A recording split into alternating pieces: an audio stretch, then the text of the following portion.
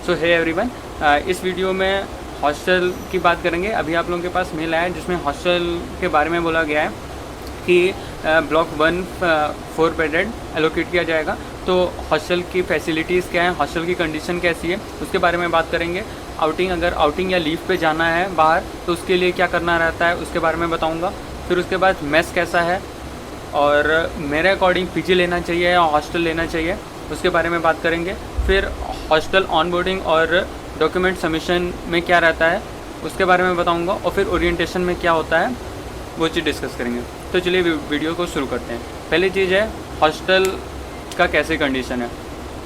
अगर तुम लोग को ब्लॉक 1 दिया जाएगा तो ब्लॉक 1 जो है वो जितने भी ब्लॉक हैं उसमें से सबसे पुराना है और वो थोड़ा कंजेस्टेड बना हुआ है, ठीक है। तो वहाँ पे ये एक दिक्कत आती है बच्चों को, क्योंकि अच्छा नहीं है उतना, ठीक है। और पर वहाँ पे जो फैसिलिटीज़ हैं, सिर्फ ब्लॉक 1 ही ऐसा है जहाँ पे जिम है, बाकी जगह जिम का सुविधा नहीं है, ठीक है। उसके अलावा ब्लॉक 1 में वो भी है, डॉक्टर भी बैठते हैं, बाकी और किसी ब्लॉक में नहीं है। तो किसी को भी जाना रहता है तो उसको ब्लॉक 1 जाना पड़ता है इन सब चीज़ों के लिए।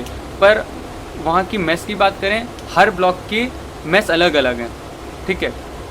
जिस ब्लॉक में रहेगा, अगर कोई ब्लॉक 1 का है तो वो दूसरी मेस में नहीं आ सकता, जो उसको मेस एलोकेट है वो उसी मेस में जाएगा। तो अगर मेस की बात करें तो मेस नहीं अच्छी है वहाँ की, उसमें आपको कॉम्प्रोमाइज़ करना पड़ेगा, और रूम भी थोड़े कंजेस्टेड हैं और बहुत कॉम्पैक्ट बना हुआ है ब्लॉक 1, तो वहाँ पे उतना अच्छा नहीं रहता है, ठीक है। फिर बात करते हैं आउटिंग या लीव। अगर बाहर जाना है या आउटिंग पे जाना है तो क्या है, इसके कुछ रूल्स होते हैं जो कि आपको मेल पे आ जाएगा। और दूसरी चीज़, यहाँ पे प्रॉक्टी सिस्टम है। इसमें क्या होता है, आपको एक प्रॉक्टर असाइन किया जाएगा। प्रॉक्टर मतलब क्या है, एक लोकल कॉलेज का गार्जियन कह सकते हो। बाहर जाना है तो उससे परमिशन लेके ही जाना पड़ेगा। उससे परमिशन लेने के लिए आपको मेल करना पड़ेगा उसको, और जब वो मेल अप्रूव कर देगा तभी आपको बाहर जाने को अलाउ होगा, वरना बाहर जाने को नहीं अलाउ होगा। और एक लिमिट भी रहती है कि हफ्ते में या महीने में इतनी बार ही जा सकते हो, 2-3 बार ऐसा कुछ रहता है, वो मेल पे आ जाएगा, उसके लिए परेशान होने की ज़रूरत नहीं है। बस मेन पॉइंट ये है, प्रॉक्टी सिस्टम रहता है। बाहर जाना है तो उससे परमिशन लेके ही जाना पड़ेगा, वरना नहीं जा सकते।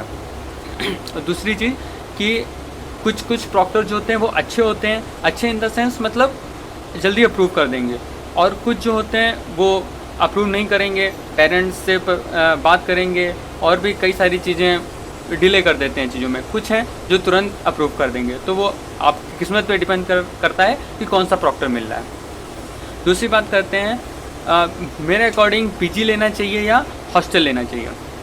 देखो, ज़्यादा टाइम तक हॉस्टल में नहीं रहना है तो मेरे अकॉर्डिंग डायरेक्ट बोलूँ तो हॉस्टल बेटर है।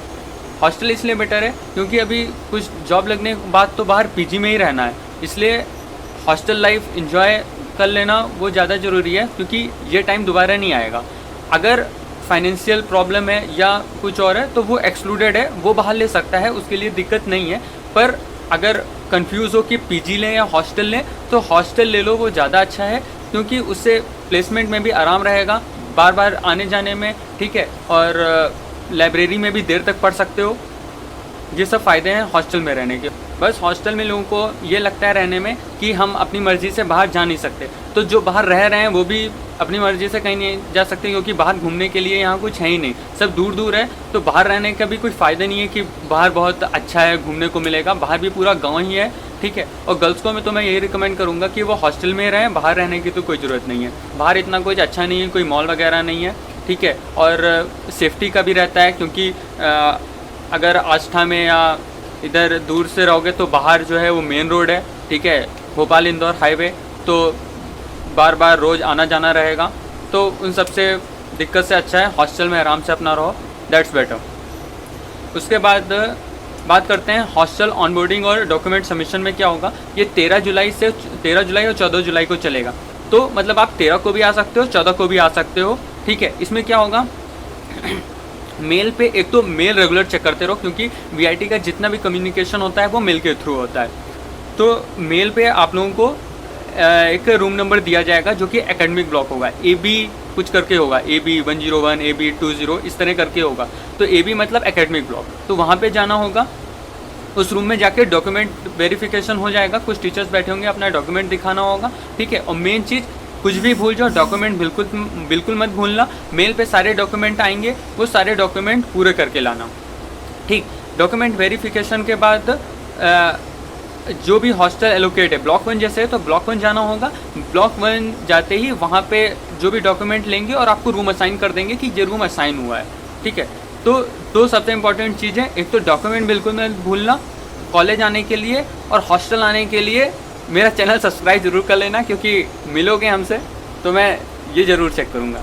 ठीक है, उसके बाद जो का पार्ट ओरिएंटेशन की बात करते हैं। तो ओरिएंटेशन में 3-4 दिन जो भी ओरिएंटेशन चलता है, तो इसमें क्या होगा, एक दिन जैसे कॉलेज के बारे में बताएंगे, एक दिन क्लब एक्टिविटीज़ क्या क्या होती हैं उन सब के बारे में बताएंगे, फिर एक दिन जो हमारे पैट ऑफिसर हैं वो सब आएंगे, वो प्लेसमेंट का बताएंगे कि कैसे क्या रहता है, क्या क्या चीज़ें फॉलो करनी रहती हैं।